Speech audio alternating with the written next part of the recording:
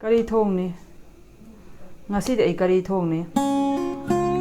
handak marak se thongu injang se chap mana gum tawre lockdown lai basina do isa ji tan dalle boring isu sure sa injang ga thongning te ha adu ahallaman na haina ba amdi lai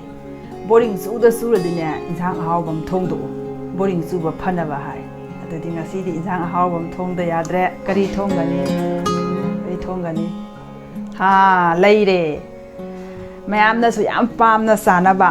haw su yam haw ba bazar da su yam tang na thok ba mayam kari oram do mali sengum ngasi di ai sengum kangau ngaura age mayam su boring su ba phana ba aigi video se hawbadagi loiba phawba yengbiyu aduga subscribe share tauba kaubiganu adudi sengum se ngaurasi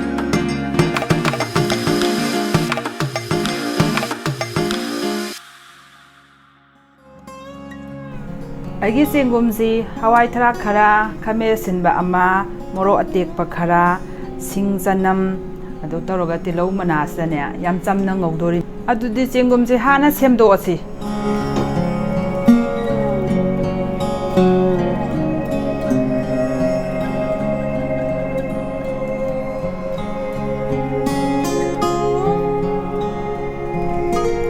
Aigi sengum se leiman biduni se mayai da ne amuk tang sumaina tangkhai da biraga ne happy kupna ga set piruganu si khara chok sabasi asna hawba hen bane matum ta ba singum oraga dine masung mari dagi hena thokpino singum haibasi ne khara chok na saraga ne hawbani kupman gra dine safang khangdabani mahaw lohong khangdabani adana aigis di leiman bini na tangkhai khakta setlaga to e tangkhai setladi horen maru marang sing du manung da loin changsilani asigi se ising asabana sambiu adoi taragadi ne mai phataba sing do loi mangran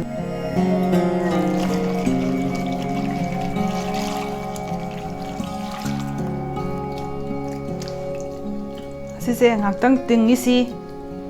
asi tingi ngai se ne maroi mapang semdo orasi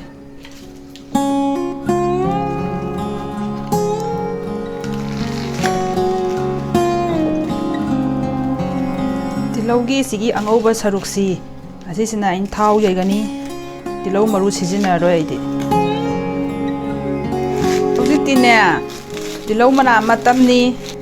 kangsoi da oigera kangau da oigera pen thakpiu matamgi injang di ne phangi ngai sida ne pen sabiu khale di ne loigra ne ba kangau ni sing janam khara hapsi yam hakpadaba nate da ren mahaw le ngai khara ka hapane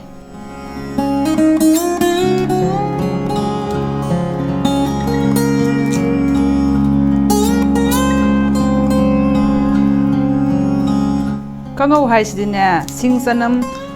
yaroga ne mahaw heli adoi yamdi laude janam sing se sugai biganu Sumaya kupna ne kakbiyo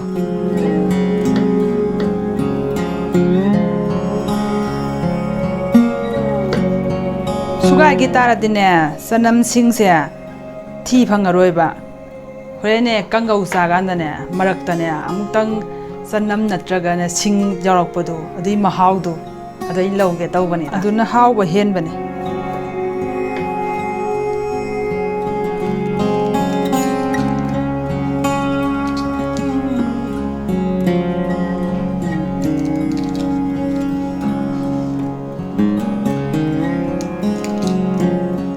Hawai thrak marusi am phaje he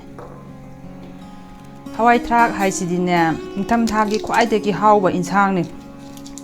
Hawai thrak na bu changhi ba mafam da ne hawta ngai wa laite Hawai thrak uti adegi Hawai thrak chamthong nga ga Hawai thrak ka thong ba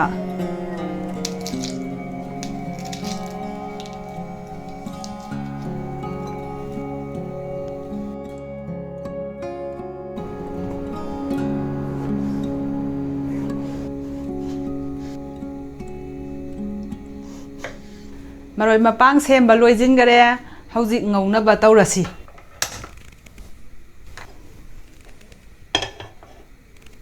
ꯈꯥꯡ ꯁꯥꯔꯦ ꯊꯥꯎ ꯍꯩꯔꯁꯤ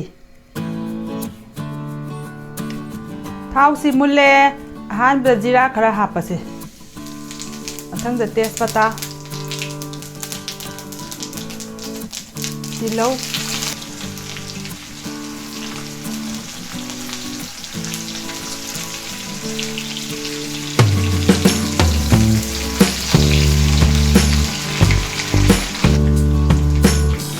ꯆꯅꯝꯁꯨ ꯍꯥꯞꯄꯁꯤ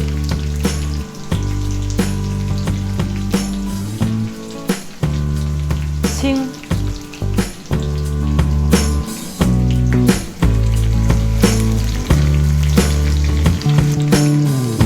ꯇꯤꯜꯍꯧꯁꯤ ꯃꯆꯨ ꯈꯔ ꯑꯣꯜꯂꯛꯑꯦ ꯑꯁꯤꯗꯅꯦ ꯐꯗꯤꯒꯣꯝ ꯃꯔꯨ ꯃꯔꯥꯡ ꯆꯝꯃꯁ ꯑꯃ ꯍꯥꯞꯄꯁꯤ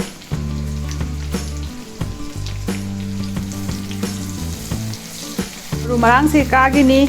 ꯑꯗꯨꯅ ꯑꯁꯤꯗ ꯈꯥꯃꯦꯟ ꯑꯁꯤꯟꯕ ꯈꯔ ꯍꯥꯞꯄꯧꯔꯁꯤ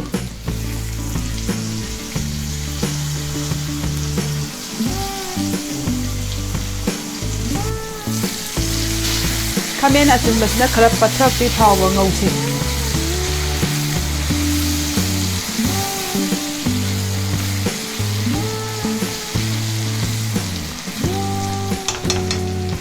ꯑꯁꯤꯒꯤ ꯃꯇꯥꯡꯁꯤꯗ ꯃꯆꯨꯁꯨ ꯈꯔ ꯍꯥꯞꯄꯁꯤ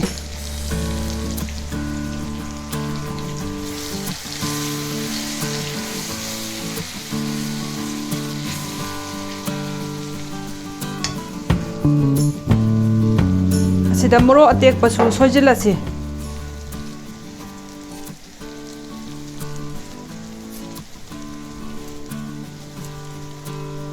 ꯀꯥꯡꯉꯧꯅꯤ ꯃꯣꯔꯣꯛ ꯑꯇꯦꯛꯄ ꯈꯔ ꯌꯥꯝꯃꯟꯁꯤ ꯍꯥꯎꯅꯉꯥꯏ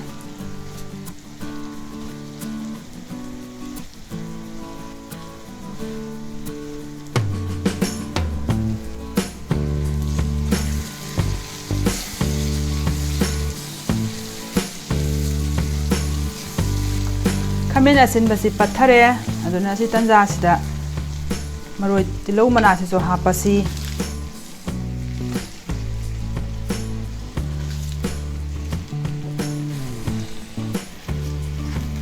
ꯍꯋꯥꯏ ꯊꯔꯥꯛꯁꯨ ꯍꯥꯞꯄꯧꯔꯁꯤ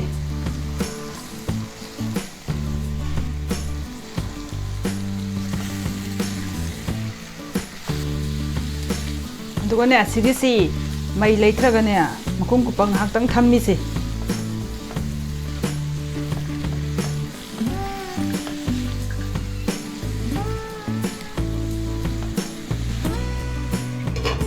ꯆꯦꯡꯒꯨꯝ ꯍꯥꯞꯄ ꯃꯇꯝ ꯌꯧꯔꯦ ꯆꯦꯡꯒꯨꯝꯁꯦ ꯑꯃꯨꯛ ꯆꯥꯝꯊꯣꯛꯑꯁꯤ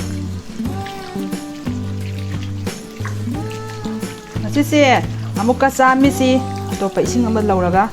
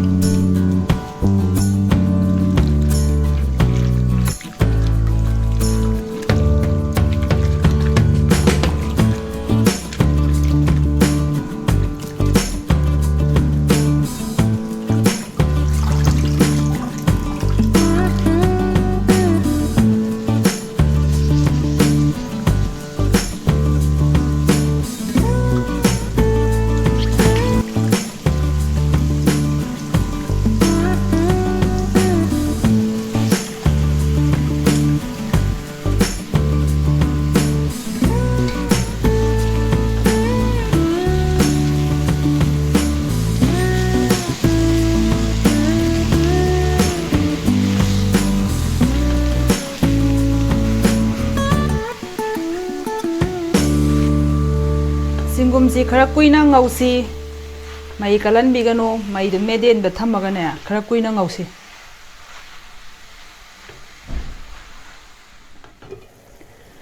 ꯃꯌꯥꯝ ꯌꯦꯡꯕꯤꯌꯨ ꯑꯩꯒꯤ ꯆꯦꯡꯒꯨꯝꯁꯤ ꯆꯦꯡꯒꯨꯝꯗꯤ ꯃꯁꯥꯒꯤ ꯃꯍꯤ ꯊꯣꯛꯄꯅꯤ ꯃꯈꯥꯗ ꯅꯞꯁꯤꯜꯂꯣꯏ ꯑꯗꯨ ꯑꯣꯏꯁꯨꯅꯦ ꯑꯃꯨꯛ ꯃꯨꯛꯇꯤ ꯑꯣꯠꯄꯤꯌꯨ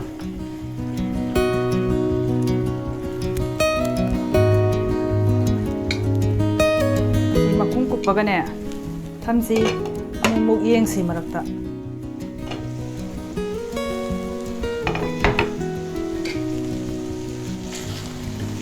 ꯑꯩꯒꯤꯁꯤ ꯃꯍꯤ ꯐꯅꯌꯥꯝ ꯀꯪꯁꯤꯜꯂꯛꯑꯦ ꯉꯥꯏꯍꯥꯛꯇꯪ ꯂꯩꯔꯗꯤꯅꯦ ꯊꯨꯝ ꯊꯥꯛꯄ ꯌꯥꯔꯅꯤ ꯀꯥꯡꯉꯧꯗꯗꯤ ꯊꯨꯝꯁꯤ ꯍꯥꯟꯅ ꯊꯥꯛꯄꯤꯒꯅꯨ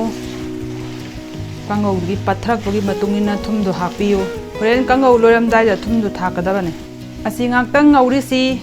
ꯃꯍꯤꯁꯤ ꯐꯖꯅ ꯀꯪꯍꯜꯂꯤꯁꯤ ꯑꯗꯨꯏ ꯃꯇꯨꯡꯗ ꯊꯨꯝ ꯊꯥꯛꯑꯁꯤ ꯆꯦꯡꯒꯨꯝꯁꯦ ꯃꯍꯥꯎ ꯑꯃ ꯊꯣꯛꯏ ꯍꯥꯏꯐꯝ ꯈꯪꯗꯕ ꯌꯥꯝ ꯍꯥꯎꯏ ꯆꯦꯡꯒꯨꯝꯒ ꯉꯥꯒ ꯊꯣꯡꯕꯁꯨ ꯍꯥꯎꯏ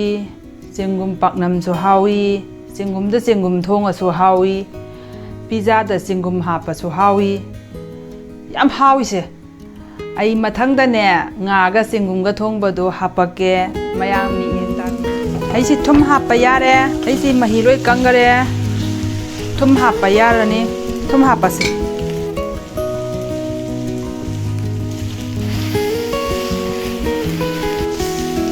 ꯑꯩꯁꯤ ꯌꯥꯔꯦ ꯑꯗꯨꯅꯦ ꯐꯗꯤꯒꯣꯝ ꯍꯥꯞꯄꯒꯦ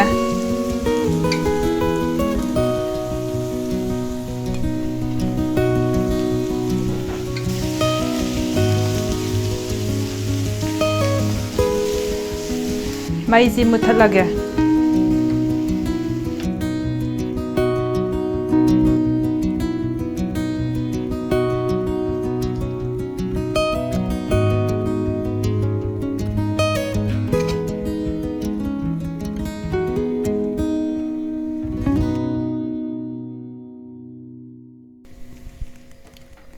ꯃꯌꯥꯝ ꯌꯦꯡꯕꯤꯌꯨ ꯑꯩꯒꯤ ꯆꯦꯡꯒꯨꯝ ꯉꯧꯕ